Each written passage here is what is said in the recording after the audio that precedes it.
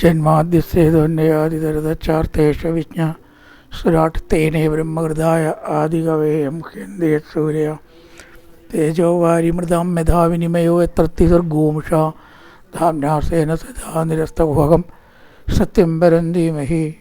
നമസ്കാരം. സനാതനധർമ്മസംഹിതകളിലെ വിജ്ഞാനശകലങ്ങൾ പങ്കുവയ്ക്കാനായുള്ള നാദശ്രീ ചാനലിൻ്റെ മറ്റൊരു ഭാഗത്തേക്ക് എല്ലാവർക്കും സ്വാഗതം.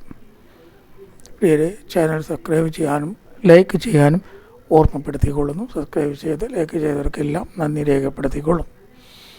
ശ്രീമദ് ഭാഗവതത്തിൽ തൃതീയ സ്കന്ധം 15 ശ്ലോകമാണ് പറഞ്ഞു വെച്ചത്. ബ്രഹ്മാവിൻ്റെ സ്തുതി, ഭഗവാനെ സ്തുതിക്കുന്നതാണ്. അതിൽ പറഞ്ഞു, യസ്യാവതാര ഗുണകർമ്മ വിഡംബനാനി നാമാനി ഏ അസുവിഗമേ. അസുയുഗം എന്ന് പറഞ്ഞാൽ പ്രാണൻ പോകുന്ന സമയം. ഏതൊരാൾ കീർത്തിക്കുകയോ ഒന്നങ്ങനെ സ്മരിക്കുകയോ, ചിലപ്പോൾ കീർത്തിക്കാനൊന്നും പറ്റില്ലോ മരിക്കണ പരാക്രമത്തിൽ പ്രാളത്തിൽ ഒന്ന് സ്മരിച്ചാൽ മതി എന്നാണ്. തേ അനേക ജന്മശമലം, എത്രയോ ജന്മത്തെ പാപത്തിൽ നിന്ന് മുക്തരാകുന്നു. സഹസൈവ ഹിത്വ, പെട്ടെന്ന് മുക്തരാകുന്നു. അങ്ങനെയുള്ള അങ്ങയെ ഞാൻ ശരണം പ്രാപിക്കുന്നു എന്നാണ് പറഞ്ഞു വെച്ചത്. ഇനി പറയണം, യോ വ അഹം ച ഗിരിശശ്ച വിഭുസ്വയം ച തിത്യുദ്ഭവപ്രളയഹേതവാത്മമൂലം ഭിത്വാ ത്രിപാത വൃത ഏക ഒരു പ്രരോഗത്തസ്മൈ നമോ ഭഗവതേ ഭുവനദ്രുമായ. അങ്ങനെയുള്ള ഭഗവാന് നമസ്കാരം. എന്നെ നേർത്തി സംജാംജപാവൃതമൃതം തമജം പ്രപത്തി. അജം ഭഗവാൻ, ജനനമില്ലാത്തവനാണ് അജൻ. ജനിക്കുക, ജം എന്നുള്ള വാക്ക് ജനനം, അജൻ എന്ന് പറഞ്ഞാൽ ജനനമില്ലാത്തവൻ. ഇവിടെയോ തസ്മൈ നമോ ഭഗവതേ ഭുവനദ്രുമായ. ലോകവൃക്ഷം ആക്കിയിട്ട് ഭഗവാനെ ചിത്രീകരിക്കുകയാണ്. അത് ഇവിടെ മാത്രമൊന്നുമല്ല, ഗീതയിലത് ഊർധമൂലം അധശാഖം അശ്വത്ഥം പ്രാഹുരവ്യയം. തല കീഴായ ഒരു അശ്വത്ഥ വൃക്ഷം. എന്താ തല കീഴായെന്ന് വെച്ചില്ല കേട്ടോ, അത് കുറച്ചും കൂടി അറിവുള്ളവരോട് ചോദിച്ചാൽ തല നേരെയുള്ള അശ്വത്ഥമായിക്കൂടെ, ഞാൻ ചിന്തിച്ചിട്ടുണ്ട് അങ്ങനെ കൂടെ. അല്ല, അതിൻ്റെ ആ ഒരു ആകൃതിക്കനുസരിച്ച് ഇലകളാണല്ലോ കൂടുതൽ, അപ്പോൾ അത് താഴെ എന്നുള്ള നിലയ്ക്ക് ആയിരിക്കും, എന്തെങ്കിലും കാര്യം ഉണ്ടാവും. എന്തായാലും അതൊരു സംസാര വൃക്ഷമായിട്ട് ഇവിടെ തസ്മൈ നമോ ഭഗവതേ ഭുവനദ്രുമം വൃക്ഷം. അപ്പോൾ ആ വരി മനസ്സിലായി. ബാക്കി 3 വരിയെ നോക്കണ്ടു. യോ വ അഹം, ആരാ പറയണത്? ബ്രഹ്മാവാണ്. അപ്പോൾ അഹം എന്ന് പറഞ്ഞാൽ ബ്രഹ്മാവ്, ബ്രഹ്മാവാണ് സ്തുതിക്കുന്നത്. ഞാൻ എന്ന് പറഞ്ഞാൽ അപ്പോൾ ബ്രഹ്മാവ്. ഗിരിശശ്ച ശിവൻ, വിഭു സ്വയം ച സർവവ്യാപിയായ വിഷ്ണു അങ്ങ്. ഭഗവാനോടാണ് പറയണത്. അതുകൊണ്ട് അങ്ങ് സർവവ്യാപിയായിട്ടുള്ള വിഷ്ണുവാണ്, അതാണ് സ്വയംച. ഈ 3 രൂപം ഒരേ ഈശ്വരൻ്റെ 3 രൂപമാണ്. 3 വിചാരിക്കുന്ന വേണ്ടെന്നാണ് പറയണം.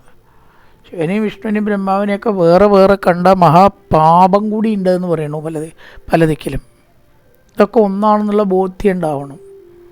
മഞ്ഞ കുപ്പായ ഇടണു, നീല കുപ്പായ ഇടണു, വെള്ള കുപ്പായ ഇടണു, ആൾ മാറണില്ലല്ലോ. ഒരാൾ തന്നെ പലതായിട്ട് മാറാൻ നമുക്ക് കഴിയില്ല, ഈശ്വരന് കഴിയും. ഒരു പ്രയാസമില്ല. ഒരാൾ 2 ആക്റ്റായിട്ട് റോളിൽ വരുന്നില്ലേ, എത്ര ആക്റ്റായിട്ട് വേണമെങ്കിലും ഭഗവാന് വരാം. ഡബിൾ റോളും ട്രിപ്പിൾ റോളും മൾട്ടിപ്പിൾ റോളും ആവാൻ ഭഗവാന് കഴിയും. ഒരു ഈശ്വരൻ തന്നെയാണ് എന്നോർക്കുക. എന്തിനു വേണ്ടിയിട്ട്? അപ്പോൾ ഈ രൂപം സ്ഥിതി ഉദ്ഭവം പ്രളയം. അടുത്ത വരി സ്ഥിതി എന്ന് പറഞ്ഞാൽ നിലനിർത്തൽ. വിഷ്ണു ആയിട്ട് സ്ഥിതി ചെയ്തുകൊണ്ടിരിക്കുന്നു. പരിപാലനം, ധർമ്മ സംരക്ഷണം, ദുഷ്ടനിഗ്രഹം, ഇതൊക്കെ സ്ഥിതിയിൽ പെടുട്ടോ. സ്ഥിതി എന്ന് പറഞ്ഞാൽ എന്താ? ദുഷ്ടനിഗ്രഹം, സജ്ജനാനുഗ്രഹം എല്ലാം കൂടി ലോകത്തെ നിലനിർത്തുന്നതാണ് സ്ഥിതി. ഉദ്ഭവം സൃഷ്ടി, ബ്രഹ്മാവ്, അത് എനിക്കാണ്. ഉദ്ഭവം ചുമതല. ഉദ്ഭവം എന്ന് പറഞ്ഞാൽ സൃഷ്ടി. പ്രളയോ നാശം. പ്രളയം എന്നുള്ള വാക്കിന് ഇവിടുത്തെ അർത്ഥം സംഹാരം, രുദ്രനായിട്ട് നിർത്തും. ആത്മമൂലം. ഇവിടെ സർവേശ്വര ആത്മാവാകുന്ന കാരണത്തോട് കൂടിയതിനെ ഭേദിച്ചിട്ട് അല്ലെങ്കിൽ ഇല്ലാതാക്കിയിട്ട് ത്രിപാത് 3 പാദങ്ങളോട് കൂടിയവനായിട്ട് സ്ഥിതി ചെയ്യുന്നു. യോ വാ അഹഞ്ച ഗിരിശശ്ച വിഭു സ്വയം ച തിത്ഭവ പ്രളയഗേതവ ആത്മമൂലം ഭിത്വാ ത്രിപാദ്വഭൃത ഏക ഉരുപ്രരോഗത്തസ്മൈ നമോ ഭഗവതേ ഭുവനദ്രുമായ. സൃഷ്ടി, സംരക്ഷ, സംഹാരം എന്നീ 3 ലീലകളെ ഭഗവാൻ അംഗീകരിച്ചു. പിന്നെയും ശാഖോപശാഖകളായിട്ട് അനവധി രൂപമുണ്ട്. അയ്യപ്പനായിട്ടും സുബ്രഹ്മണ്യമായിട്ടും ഗണപതിയായിട്ടും അങ്ങനെ അനേകം ശാഖകളായിട്ട് ഏകമായിരുന്ന യാതൊരു പരമാർത്ഥ വസ്തു എങ്ങനെയൊക്കെ ബഹുത്വത്തെ കൈക്കൊണ്ടോ അങ്ങനെ വൃക്ഷം എങ്ങനെ അനേക രൂപത്തിലിരിക്കുന്നുവോ അതുപോലെ ആയിത്തീർന്നു. അങ്ങനെയുള്ള അങ്ങേക്ക് നമസ്കാരം. ഏകനായിരിക്കുന്ന അങ്ങ് ബഹുത്വത്തെ സ്വീകരിച്ചു. അത്തരത്തിലുള്ള ഭഗവാന് അങ്ങേക്ക് നമസ്കാരം. യോ വാ അഹഞ്ച ഗിരിശശ്ച വിഭുസ്വയഞ്ച തിത്യുദ്ഭവ പ്രളയഗേതവ ആത്മമൂലം. സൃഷ്ടി, സ്ഥിതി, സംഹാരാദികൾക്ക് വേണ്ടി ബ്രഹ്മാവിഷ്ണു മഹേശ്വരന്മാരായി നിൽക്കുന്ന പിത്ത തിബാദ വൃത ഉരുപ്രവേഗ അങ്ങനെ 3 പാദങ്ങളോട് കൂടിയവനായിട്ടാണ് ഇത് ചെയ്യുന്നത്. എങ്കിലും അങ്ങ് ഒരാൾ തന്നെയാണ്. അങ്ങനെയുള്ള അങ്ങേക്ക് നമസ്കാരം. അടുത്തത് ലോകോ വികർമ്മ നിരത കുശലേ പ്രമത്ത കർമ്മണ്യം തുദിതിദേവദർശനേ സേ യത്താവദസ്യ ബലവാനിക ജീവിതാശാം സത്യച്ചിനത്യ നിമിഷായ നമോസ്തു തസ്മൈ. അങ്ങനെയുള്ള ഭഗവാന് നമസ്കാരം. അത്യനിമിഷായ വാക്കിൻ്റെ അർത്ഥം കണ്ണടയ്ക്കാത്ത എന്നാണ്. അതായത് പല കാര്യങ്ങളെ കൊണ്ടുപോകാം. ഈ ദേവന്മാർക്കൊക്കെ അനിമിഷന്മാർ എന്നൊരു പേരുണ്ട്. എന്ത് ചെയ്യുക? അനിമിഷന്മാർ കണ്ണടക്കില്ല. അത്രേ അവർ പാമ്പിനെ പോലെ. പാമ്പ് കണ്ണടക്കില്ലല്ലോ. ഉറങ്ങുമ്പോഴും കണ്ണ കണ്ണു വെച്ചിട്ട് ഉറങ്ങുക. ഉറക്കമൊക്കെ ഉണ്ട്, പക്ഷെ കണ്ണടക്കില്ല. കണ്ണടയ്ക്കാണ്ടി ഉറങ്ങാം. ഇത് അവർക്ക് മാത്രമേ പറ്റുള്ളൂ എന്നേ ഉള്ളൂ, നമുക്ക് പറ്റില്ല. അപ്പോൾ ഭഗവാൻ ഒരിക്കലും കണ്ണടയ്ക്കുന്നില്ല. ദേവന്മാരൊന്നും അടക്കില്ല അത്രേ. അതുകൊണ്ടാണ് അവർ അനിമിഷന്മാർ. നിമിഷന്മാരെ കണ്ണടയ്ക്കണവർ, അനിമിഷന്മാരെ കണ്ണടയ്ക്കാത്തവർ. ഒരിക്കലും കണ്ണടയ്ക്കാത്ത അങ്ങേക്ക് നമസ്കാരം. ഇനി അദ്ദേഹത്തിൻ്റെ വിശേഷണങ്ങൾ. എങ്ങനത്തെ കണ്ണടയ്ക്കാത്തവൻ? തുദിതേ നിന്തിരുവടിയാൽ പറയപ്പെട്ടിരിക്കുന്ന സേ ഭവദർശനേ സാത്മഭൂതനായ നിന്തിരുവടിയെ അർച്ചിക്കുന്നതായ ഭജിക്കുന്ന പൂജിക്കുന്ന കുശലേ കർമ്മണി സൽപ്രവൃത്തിയിൽ പ്രമത്ത. പ്രമത്ത എന്ന് പറഞ്ഞാൽ ഉദാസീന മനോഭാവം. അതിലേക്ക് വരുമ്പോൾ മാത്രം മനസ്സ് പിന്നാക്കാവും. ഒരു കഷ്ടം ആലോചിച്ചു. അത് പലർക്കും അങ്ങനെയാണ്. ദുർലഭം ചിലർക്കേ അങ്ങനെ അല്ലാണ്ടേ ഉള്ളൂ. ഒരു ഉദാഹരണം, എത്ര സമയമാണ് നമ്മൾ ഈശ്വര കാര്യത്തിന് നീക്കി വെച്ചിരിക്കണം? ഏറ്റവും കുറഞ്ഞ സമയം ചിലപ്പോൾ അതിനാവും അല്ലേ. ഉണയിക്കാനെങ്കിലും ഒരു 15 മിനിറ്റ്, കുളിക്കാനെങ്കിലും 20 മിനിറ്റ്, ബാക്കിയുള്ളതിനൊക്കെ പലതരത്തിലുള്ള സമയങ്ങളുണ്ട്. ഏറ്റവും കുറഞ്ഞ സമയം അത് നേരവളക്ക് വെളുത്ത് നമസ്കരിച്ച് പോന്നാൽ മതി. ഇന്ന് പത്രം മതി. തിരക്കല്ലേ, തിരക്ക്, എന്ത് തിരക്ക്. അല്ലെങ്കിൽ ചില ദിവസമെങ്കിലും അങ്ങനെയാവും. ഇന്നിപ്പോൾ അതാണ് അങ്ങനെയായി. ബാക്കി ഊണയൊക്കെ നമ്മൾ മറക്കലില്ല. പരദൂഷണം പറയാൻ നമ്മൾ മറക്കലില്ല. സീരിയൽ കാണാൻ നമ്മൾ മറക്കലോ അല്ലെങ്കിൽ അത്ര മതിയെന്ന് വെക്കലോ ഇല്ല, മുടക്കലും ഇല്ല. ഇത് ഇന്ന് വേണ്ടാച്ചു. അപ്പോൾ ഏറ്റവും കൂടുതൽ ടൈം ടേബിളിൽ വേണ്ടി വന്നാൽ കട്ട് ചെയ്യുന്നതും അതിൻ്റെ അർത്ഥം എന്താ? പ്രാധാന്യം കുറവാണ്. ആ സൗകര്യം ഉണ്ടാക്കുക അല്ലെങ്കിൽ വേണ്ട, അത്ര തന്നെ. അങ്ങനെ എന്തുകൊണ്ട് ഊണയ്ക്കൽ അങ്ങനെ ആക്കണില്ല? അതെന്തായാലും നമ്മൾ ഉണ്ടാക്കും നമ്മളല്ലേ. വഴിയിൽ നിന്നായാലും പൊതിച്ചോറായാലും പാക്കറ്റായാലും പാർസലായാലും. അപ്പോൾ എന്തുകൊണ്ട് ആ പ്രാധാന്യത്തിന് കൊടുക്കണില്ല? പ്രമത്ത. അതിനിപ്പോൾ അത്രേ ഉള്ളൂ. ഈ ലോകത്തിലത്തെ കാര്യത്തിലവിടെ ലയിക്കണേ.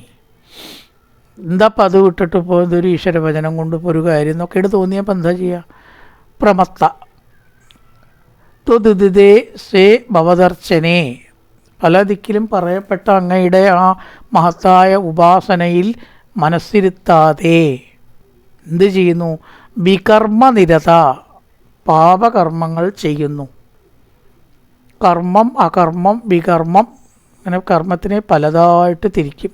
വികർമ്മം അരുതാത്തത് ചെയ്യലാണ്, സൽക്കർമ്മം വേണ്ടത് ചെയ്യലാണ്, അകർമ്മം കർമ്മം ചെയ്യാതിരിക്കലാണ്.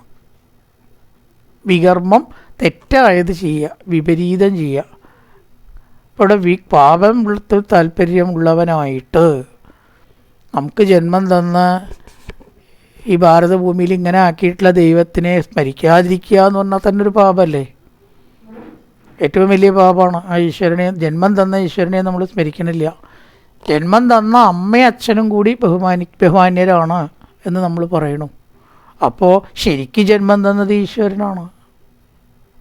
എന്താ അങ്ങനെ പറയാൻ? ഈശ്വര സങ്കല്പമില്ല വെച്ചാൽ അമ്മയ്ക്കും അച്ഛനും നമ്മളുണ്ടാവും എന്ന് വിചാരിക്കുന്നുണ്ടോ ആരെങ്കിലും? ഉണ്ടാവില്ല. എല്ലാ ബർത്തും ഡിറ്റർമിൻഡ് ബൈ ഗോഡ് എന്നാണ്. അല്ലെങ്കിൽ ഉണ്ടാവില്ല. എത്രയോ ബർത്തുകൾ ഉണ്ടാവണില്ല സ്ത്രീപുരുഷബന്ധത്തിൽ. ചില ആൾക്കാർക്ക് അതിനുള്ള ഭാഗ്യമേ ഇല്ലാണ്ട് വരുന്നു. കണ്ടോ? അപ്പോൾ നമ്മൾ മാത്രം വിചാരിച്ചാൽ മതിയോ? അപ്പോൾ ഈ ജന്മം ആര് നിശ്ചയിച്ചു? സർവേശ്വരനായിട്ടുള്ള ഭഗവാൻ. അപ്പോൾ ഈ സുന്ദരമായിട്ടുള്ള ഭാരതഭൂമിയിൽ ഒരു ജന്മം കിട്ടിയ ഭഗവാനെ നമ്മൾ മറക്കുക എന്ന് പറഞ്ഞാൽ എത്രത്തോളം കൃതജ്ഞത വേറെയുണ്ടോ? അതൊക്കെയാണ് ഈ പ്രമത്ത, വികർമ്മനിരത, പാപങ്ങൾ ചെയ്യുന്നു, കൂട്ടുന്നു. ഈ ഈശ്വരനെ മറന്നാൽ പിന്നെ എന്താ അരുതാത്തത്? കൊല്ലാത്തവരെ കൊന്നു നാക്കാം, കൊന്നവരെ കൊന്നില്ല നാക്കാം. ഈശ്വരനെ മറന്നാൽ പിന്നെ എന്തു ആവാം?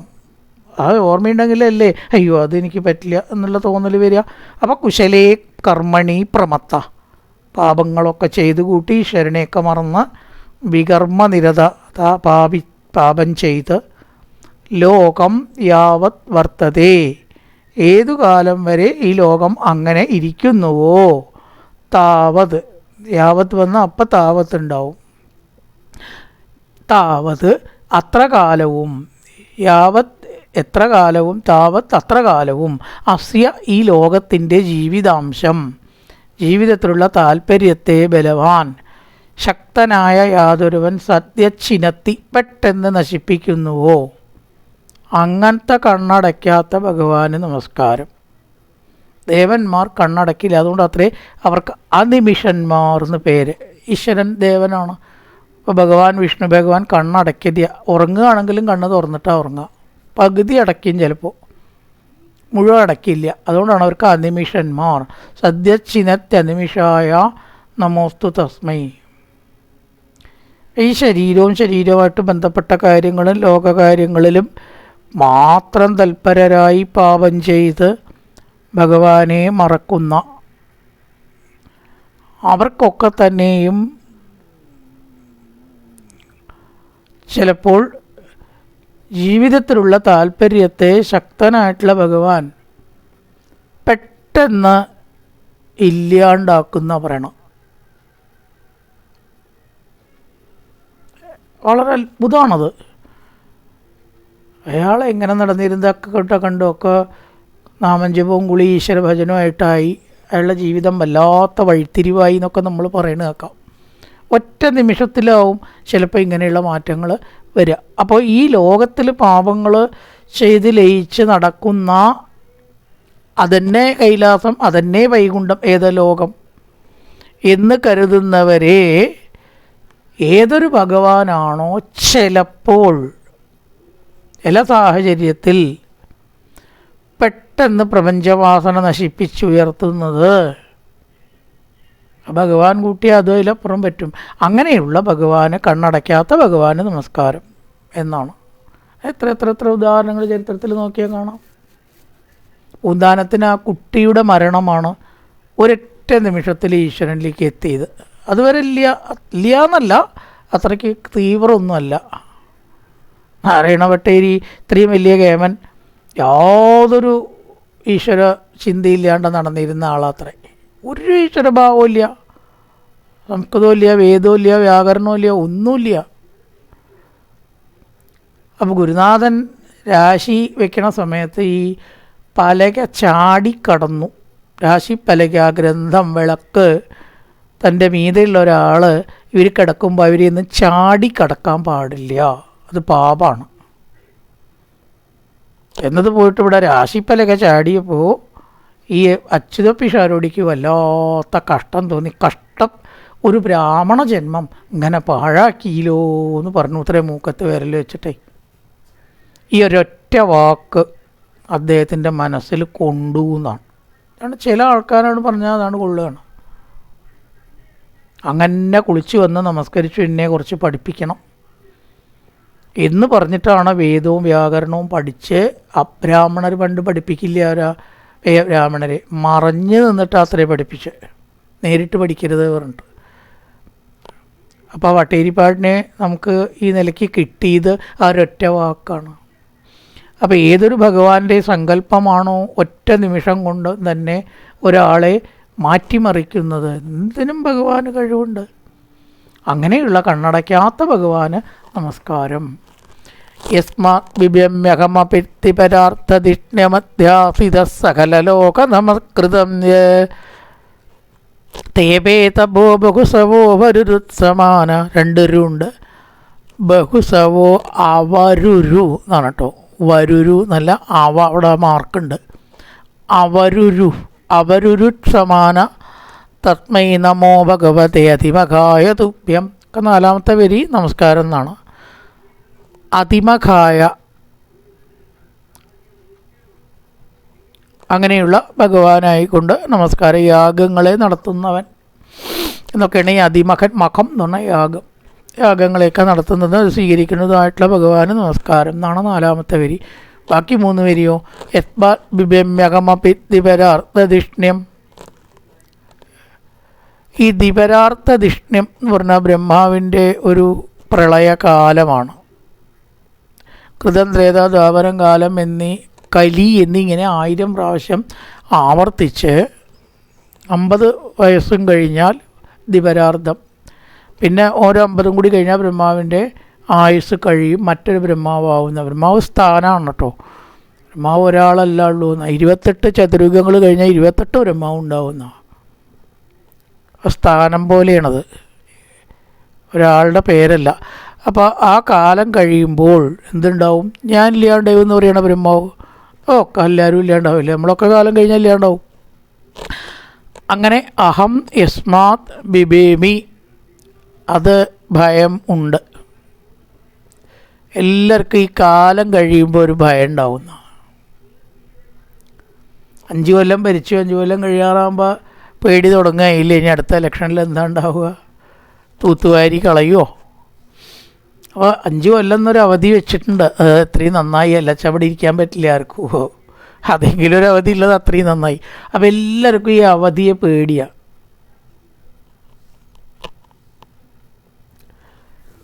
റിട്ടയർമെൻറ്റ് എന്ന് പറയുന്നത് ഒരു പ്രത്യേക സംഗതി, പലർക്കും അത് മാനസികമായിട്ട് വല്ലാതെ ബാധിക്കുന്നതാണ്. ഒരു സംഭവമാണ് ഈ അവധി എന്ന് പറയുന്നത്. കാലം, അവധി എന്നൊക്കെ പറഞ്ഞാൽ ഏകദേശം ഒന്ന് തന്നെയാണ്. അങ്ങയെ പ്രാപിക്കാൻ ആഗ്രഹിക്കുന്നവനായിട്ടും ബഹുസവ, അനേകം യാഗങ്ങളെ നടത്തുന്നവനായിട്ടുമുള്ള, അപ്പം അതിനെ അധിവസിക്കുക, അതിനെ നിയന്ത്രിക്കുക, അതിനെ സൃഷ്ടിക്കുക, ആ അവധി വെച്ചതാരാ? ഭഗവാനാണ്.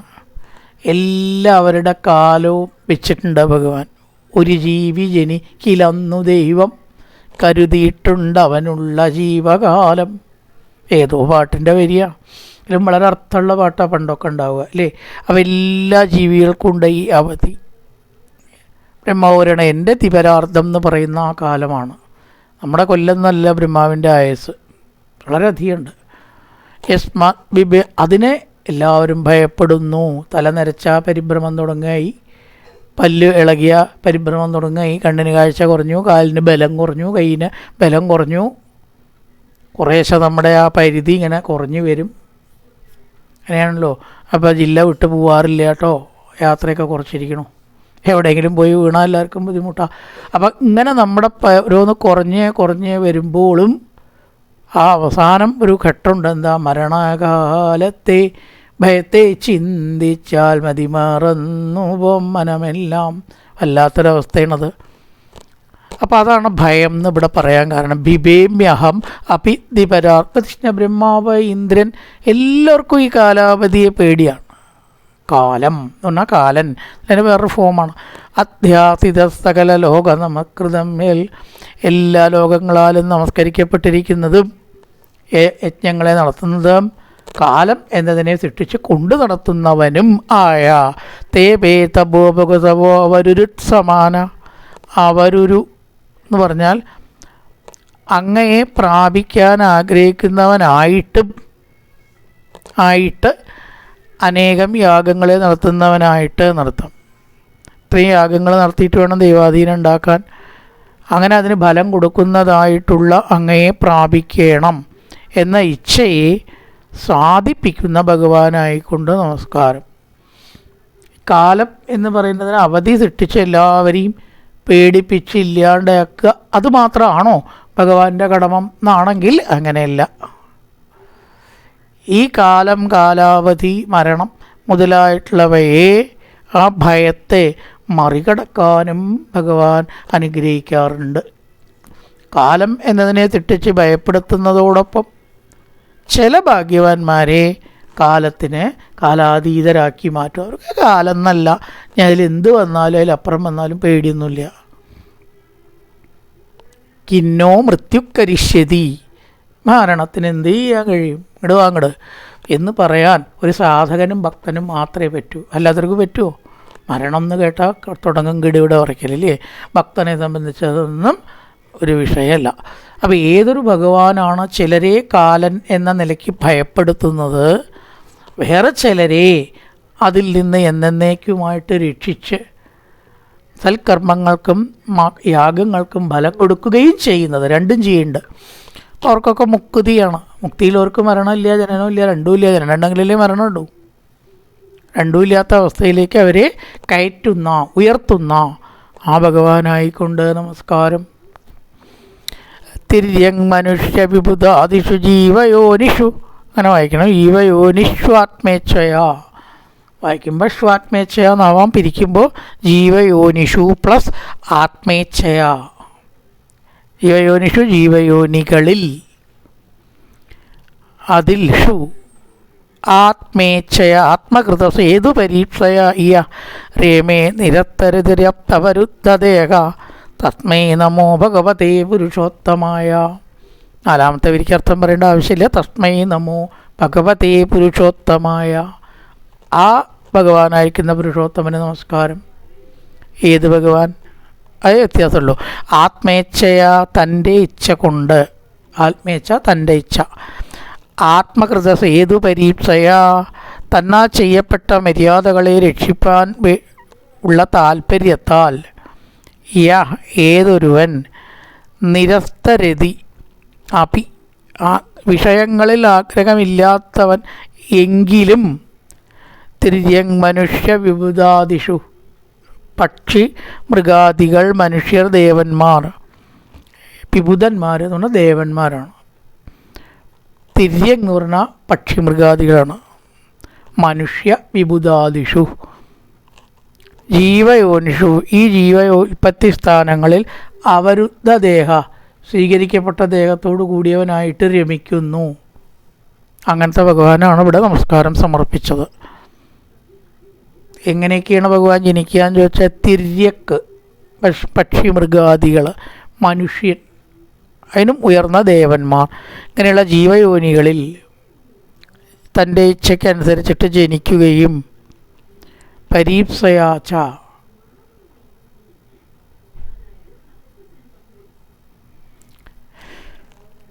അങ്ങനെ ജനിച്ച് പലതരത്തിലുള്ള ജന്മങ്ങൾ എടുക്കുന്നതും അവരുദ്ധ ദേഹ ശരീരം സ്വീകരിക്കുന്നു. അങ്ങനെയുള്ളതായിരിക്കുന്ന ഭഗവാന് നമസ്കാരം. യോ അവിദ്യയ, വിദ്യയ അല്ല, ഇവിടെ ജീവയോനിഷു ആത്മേച്ഛയ ആണ് കേട്ടോ. ജീവയോനിഷ് ഡാഷ് ഷ്വാത്മേച്ഛയ എന്ന് പറഞ്ഞാൽ എന്താ, വരിക്ക് വേണ്ടി പിരിച്ചതാ. ജീവയോനിഷു ആത്മേച്ഛയ വായിക്കുമ്പോൾ അങ്ങനെ വായിക്കാം. ജീവയോനിഷു പിരിക്കുമ്പോൾ ഒന്നിച്ചാച്ചാൽ ജീവയോനിഷ്വാത്മേച്ഛയ. അത് ഭാഗങ്ങൾ ഇവിടെ അവിദ്യയാണ്. വിദ്യ എന്നുള്ളതിൻ്റെ അവിടെ ഒരു മാർക്ക് ഇടണം, ഇട്ടില്ലെങ്കിലും കുഴപ്പമൊന്നുമില്ല. യോ അവിദ്യയ, വിദ്യയല്ല, അവിദ്യയ അനുപഹിതോപി ദശാർദ്ധവൃത്യ നിദ്രാമുവാഹ ജഠരീകൃതലോകയാത്ര അന്തർജലേ കശിപത്പർശാനുകൂലാം ഭീമോത്മിമാലിനി ജനസുഖം വിവൃണ്ണൻ. ഇവിടെ നാലാമത്തെ വരി നമസ്കരിക്കുന്നു എന്നല്ല, വേറെ രീതിയിൽ ആ ക്രിയ കൊണ്ട് അവസാനിപ്പിച്ചിരിക്കണം. ദശാർദ്ധവൃത്യ, ദശം 10, അതിൻ്റെ പകുതി ദശാർദ്ധം 5. ദശാർദ്ധവൃത്തി 5 വൃത്തികൾ, 10ൻ്റെ പകുതി വൃത്തികൾ. ചിലപ്പോൾ അങ്ങനെയൊക്കെ പറയേണ്ടി വരും അല്ലേ. 10 ഒരു 8, 18. അവിദ്യ, അവിദ്യ എന്നു പേരായ മായയാൽ അത ബാധിക്കപ്പെടാത്തവനാകുന്നു എങ്കിലും ഭഗവാനെ മായ ബാധിക്കില്ലല്ലോ. ജഠരീകൃത ലോകയാത്ര, ഉദരത്തിൽ വഹിച്ചിരിക്കുന്ന ലോകങ്ങളോട് കൂടിയ ജഠരീകൃത ലോകയാത്ര. ഭഗവാന്റെ ഉദരത്തിലാണ് എല്ലാ ലോകങ്ങളും. ലീനാനേക ത്രിലോകീ വിദതിമഭികൃശാം. ഈ 14 ലോകം ഉണ്ടെങ്കിലും വയറ് ആലില പോലെ ഒട്ടിയിട്ടാണ്. ഭഗവാന് മാത്രമേ ഇങ്ങനെയൊക്കെ പറ്റൂ. 14 ലോകത്തെ വഹിച്ച് നടക്കുമ്പോൾ നമ്മൾ യേശ ഗുണയിക്കുമ്പോഴേക്കും വയറ് വീർത്ത് മുട്ടി എന്ന് പറയും അല്ലേ. ലീനാനേക ത്രിലോകി, 3 ലോകങ്ങൾ ലയിച്ചത് ആണ് എങ്കിലും കൃശാം മെലിഞ്ഞത. അപ്പം ഈ ലോകത്തെ മുഴുവനും ഉള്ളിൽ വഹിച്ചിരിക്കുന്ന ജഠരീകൃത ലോകയാത്ര. ഏതൊരുവൻ ഭീമോർമിമാലിനി, ഭയങ്കരങ്ങളായ തിരമാലകളോട് കൂടിയ അന്തർജലേ, ജലമധ്യത്തിൽ, ഊർമി എന്ന് പറഞ്ഞാൽ ഓളങ്ങൾ, കശിബു സ്പർശാനുകൂലാം, ആദിശേഷനാകുന്ന ശയ്യയുടെ, ഭഗവാന്റെ സെറ്റി അല്ലെങ്കിൽ സോഫ ആദിശേഷനാണ്. അത് കേടുവരില്ല, അപ്പോൾട്രിയിൽ നേരേക്കാൻ കൊടുക്കും വേണ്ട, അങ്ങനത്തെ സെറ്റിയാണ് ഭഗവാനുള്ളത്. കശിബു സ്പർശാനുകൂലമാണ്. പാമ്പ്, കശിബു തലയിണ, കശിബു പാമ്പ് തലയിണ ആക്കിയവൻ. സ്പർശാനുകൂലാം, ആദിശേഷനാകുന്ന ശയ്യയുടെ സ്പർശത്തിന് അനുരൂപമായ നിദ്രയെ. കടന്നിട്ട് പാമ്പിനെ ഉപദ്രവിക്കൊന്നുമില്ല ഭഗവാൻ. പാമ്പിന് തന്നെ അതൊരു സുഖമായിട്ടാണ് പാമ്പ് കരുതുക. അങ്ങനെ ഭഗവാൻ കിടക്കുകയുള്ളൂ. മുഴുവൻ വെയിറ്റ് കൊടുക്കാതെ കിടക്കാനും വെയിറ്റ് കുറയ്ക്കാൻ, ആ കിടപ്പ് തന്നെ പാമ്പിന് ഒരു സുഖമാക്കാനും ഒക്കെ ഭഗവാൻ ഒരു വിഷമമില്ലല്ലോ. ഇതിനൊക്കെ നമുക്കല്ലേ വിഷമമുള്ളൂ. അതുകൊണ്ട് പാമ്പത ആഗ്രഹിക്കുന്നുണ്ടെന്നാണ് പറയുന്നത്. ഭഗവാന്റെ സാന്നിധ്യം സ്പർശവും ഒരു വിഷമവും ആ പാമ്പിനില്ല. അപ്പോൾ ആ രീതിയിൽ ശയിക്കുന്നു. കശിബ് സ്പർശാനുകൂലാം, ആദിശേഷനാകുന്ന ശയ്യയുടെ സ്പർശത്തിന് അനുരൂപമായ നിദ്രയെ, പാമ്പിനെ ഉപദ്രവിക്കില്ല. നിദ്രയെ ജനസ്യ, ജനത്തിൻ്റെ സുഖത്തെ വിവൃണ്ണൻ, വിവരിക്കുന്നവനായിട്ട് വഹിച്ചു. ഇപ്പം ലോകത്തിൽ 5 വൃത്തികളോട് കൂടിയ, അത് 5 തരത്തിലുള്ള കരണങ്ങളെ കൊണ്ടാവാം. കയ്യ്, കാല്, കണ്ണ്, മൂക്ക്, ത്വക്ക്, നാക്ക്, ചെവി. ഇത് കർമ്മേന്ദ്രിയങ്ങളാണ്. പഞ്ചേന്ദ്രിയങ്ങൾ കണ്ണ്, മൂക്ക്, ത്വക്ക്, നാക്ക്, ചെവി. അപ്പം അതുകൊണ്ട് ചെയ്യുന്ന കർമ്മങ്ങൾ അവിദ്യ കൊണ്ട് ബാധിക്കാത്തവനാണ് ഭഗവാൻ. എന്ത് ചെയ്താലും അത് ആത്മാവിനെ, മനസ്സിനെ ബാധിക്കില്ല. ആത്മാവിനെ അല്ലെങ്കിലും ബാധിക്കില്ല, മനസ്സിനെ നമുക്കൊക്കെ ബാധിക്കാറുണ്ട്. പ്രവൃത്തി ചെയ്താൽ നന്നായി എന്ന തോന്നൽ, പ്രവൃത്തി ചെയ്താൽ നന്നായില്ല എന്നുള്ള തോന്നലൊക്കെ മനസ്സിനെ ബാധിക്കുക. ഇതൊന്നുമില്ലാതെ ഭഗവാൻ തൻ്റെ ആ സൃഷ്ടികർമ്മം, സ്ഥിതികർമ്മം നിർവഹിക്കുന്നു. അങ്ങനെ ആ പാമ്പിൻ്റെ മുകളിൽ സുഖമായി ശയിക്കുന്നവനാരോ, അതാണ് ഭഗവാൻ. അന്തർജലെ കശിബു, പാമ്പാകുന്ന തലേണ, ഒന്നവിടെ കിടക്ക. സ്പർശാനുകൂലാം, മൃദുവായിട്ടുള്ള സ്പർശത്തോടു കൂടിയിട്ട് കിടന്ന് പാമ്പിനെ സുഖിപ്പിക്കുന്നു എന്ന് വേണം പറയാൻ. ഭീമോർമിമാലിനി, ഭീമം എന്ന് പറഞ്ഞാൽ വലിയ എന്നർത്ഥമാണ്. അതാണ് ഭീമൻ, വലിയ ആൾ, വല്യുണ്ണി എന്നാണ് പറയുക ചാക്യന്മാരൊക്കെ അല്ലേ ഭീമനെ. ഭീമോർമിമാലിനി, വലിയ തിരമാലകളോട് കൂടിയ പ്രളയജലത്തിൽ ശയിക്കുന്നു. ഏതൊരു ഭഗവാൻ 5 വിധ ശബ്ദസ്പർശ രൂപരസഗന്ധങ്ങളിൽ നിന്ന് അതീതനായിട്ട് നിൽക്കുന്നുവോ, ദശാർത്ഥവൃത്യ, അതിന് പ്രവൃത്തി ചെയ്യുന്നുണ്ടെങ്കിൽ അതിനടിമപ്പെടാതെ നിൽക്കുന്നുവോ, ഈ ലോകത്തെ മുഴുവനും തൻ്റെ ജഡരീകൃത ലോകയാത്ര, ഉദരത്തിൽ വഹിച്ച് ആദിശേഷൻ്റെ മുകളിൽ സുഖമായിട്ട് പാമ്പിന് ഉപദ്രവം വരാത്ത വിധത്തിൽ ശയിക്കുന്നു. യോ അവിദ്യയാ അനുപഗതോപി, അവിദ്യ ലബലേശം ഇല്ലാത്ത, ഒട്ടും തന്നെ സ്പർശിക്കാത്ത ഭഗവാൻ പ്രളയകാലം വരുമ്പോൾ അങ്ങനെ ശയിക്കുന്നു എന്നർത്ഥം. കായേന വാചാ മനസേന്ദ്രിയർവാ ബുദ്ധ്യാത്മനാവാ പ്രകൃതി സ്വഭാവാൻ കരോതി യത്യർത്ഥകലം പരസ്മൈ നാരായണായേതി സമർപ്പയാമി.